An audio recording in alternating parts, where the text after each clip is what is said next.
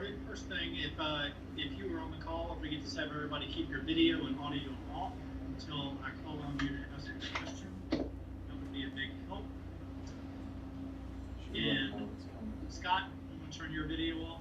There you go. All right. On that note, we'd like to welcome the hard-hitting team of Billy Horschel and Sam Burns here at the Zurich Classic in New Orleans.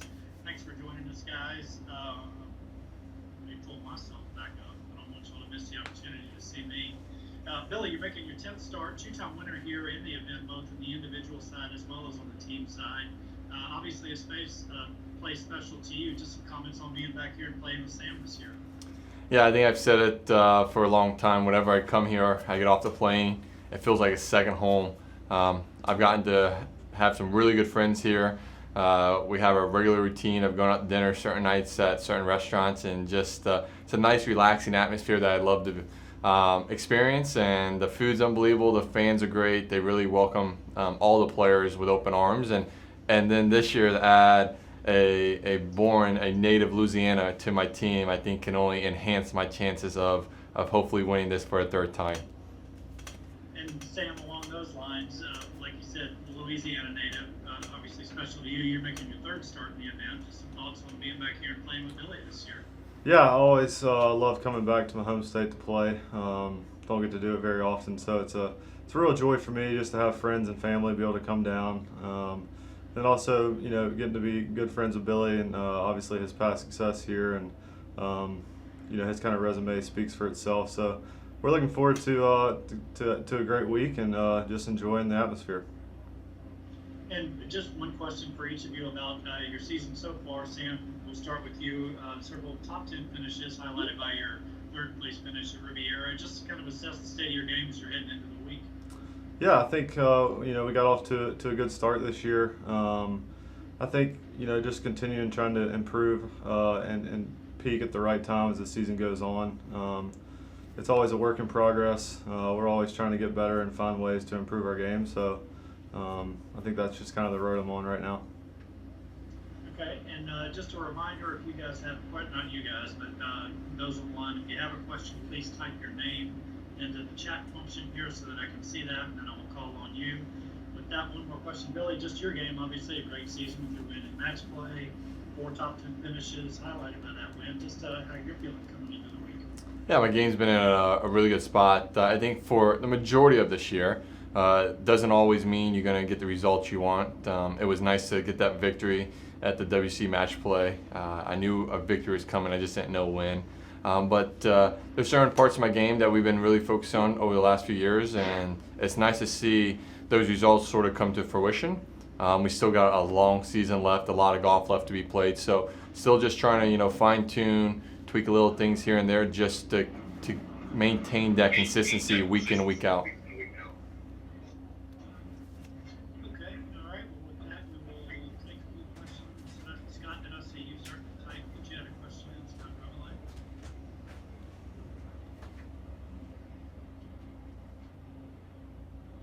Here I am. I think I'm all the way in there now. There you Hey, go. question for Sam. Sam, you've really progressed up in the world rankings and everything from, I guess, 170 something at one point last year to now you're in the top 100. Talk about the progression you're trying to make in your game, and also a win on the PGA Tour seems to be the last major step. How much is that something that's in your focus? How much are you focused on that, or just trying to maybe not put yourself in that kind of stressful situation, worrying about it? Well, I think that's why we work so hard, and that's what we practice for, is to put ourselves in those situations. So I think for me, the more often I can put myself in that position, the more comfortable I'll become. And I think just trying to learn from each of those experiences, and the unique thing about the game of golf is it'll teach you a lot if you let it. And so just trying to take a step back and trying to figure out, okay, what did I learn from this experience that can help me moving forward. So I think for me, just trying to continue to put myself in contention.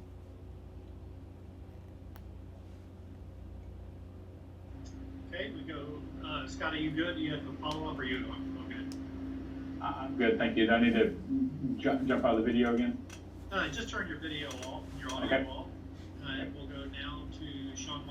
PGAtour.com. Sean? Hey guys, just curious, a little bit of an age difference there, and obviously from rival SEC schools. Where did kind of the friendship or the desire to play with each other start? Yeah, I think I've been fortunate enough to have a partner in Scott Piercy that I've been successful with. But I've been wanting to always switch things up. I always like to keep things fresh. And Sam, I've gotten to know Sam a little bit over the last few years, and he started working with Mark Horton, a stats guy, and then Brett McCabe, and we have obviously similar team members. And Travis Perkins is a really good friend of mine. And talking with Trav, they didn't have a partner, and I was thinking about switching things up, and I thought it was a really good situation for me to add on and hopefully add things to my success of bringing in someone from Louisiana to my team. Like I need a little bit more luck to get that third victory, so hopefully this gets it done. Did you consult Mark with just stats for what might make an ideal partner? Were there any stats that pointed to Sam as being a good pairing, or just more about the relationship? I think being in this format for the last few years, I know what kind of partner I need for the holes that they're going to be hitting shots on, and Sam fit that profile to T. And there's certain things in his game that he does really well. He's a really good putter. He drives it a long way. I think I saw Ryan. Obviously, I'm not old. I'm 34. But I'm older than you are, don't worry. I know that, but the Ryan Palmer method is a really good method, I think, of getting some younger guys going forward. So with Sam being 24, I believe, so I've got a young partner for a long time now, as long as he doesn't kick me to the curb. And then last one, you played 2 rounds with another young guy that's been playing well last week, with Zalatoris. What did you see in his game that's allowed him to just have so much success this season? I think when you see Will's game, he's an unbelievable good ball striker. He's got a really good head on his shoulders. He thinks well about shots on the golf course, knows when to be aggressive, knows when to sort of back it off a little bit. But I think the thing that sticks out to me is just his ball striking capabilities. And if you're able to strike your golf ball out here to the level that he is, you're going to have success. And I think just the confidence he's built over the last year has led to the success he's had out here on the PGA Tour so quickly. Yeah, cool. Thank you.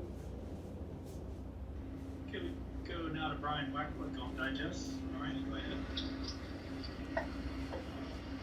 Hey guys, sorry if this has already been asked. Had some difficulties earlier, but Billy, just in terms of strategy, how will you guys go about it? I mean, you touched on some of the you mentioned some holes that Sam can help you out on. If you could maybe expand on that a little bit and just compare and contrast the difference, dissecting a course in terms of strategy versus this week versus when you do it in a regular week.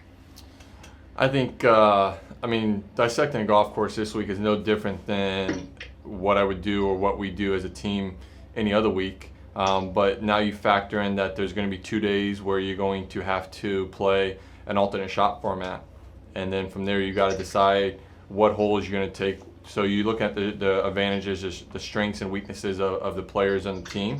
And I've always felt like, or at least every time I've played here, I've always taken the odd holes. I like that. That's what fits my game very well.